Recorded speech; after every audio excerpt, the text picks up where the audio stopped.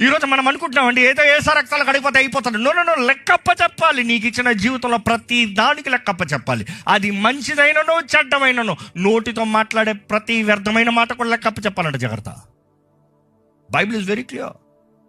ఈరోజు మనమైతే ఏదో దీవెన కావాలా, ఆశీర్వాదం కావాలా, ఏదో ఒక తృప్తి కావాలా, ఏదో ఒక కిక్ కావాలా, ఏదో ఒక సహాయం కావాలా, లేకపోతే నువ్వు అనుకున్నంతా ఫెయిల్ అయిపోయిన తర్వాత ఎవడన్నా సాయం చేసి ఎవడన్నా దేవుడన్నా ఒకడు ఉన్నాలే వెళ్ళి ప్రార్థన చేద్దాం.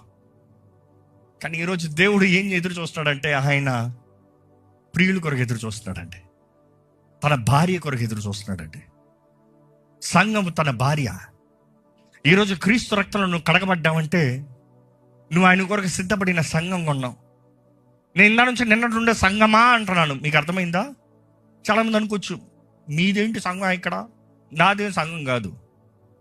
క్రీస్తు సంఘం ఇక్కడ ఉన్నాం. ఏ డినామినేషన్ కాదు, గొర్రెపిల్ల రక్తం ద్వారా కడగబడిన వారిగా ఇక్కడ ఉన్నాం. నమ్మేవారు ఉంటే హల్లెలూయా చెప్దామా అండి?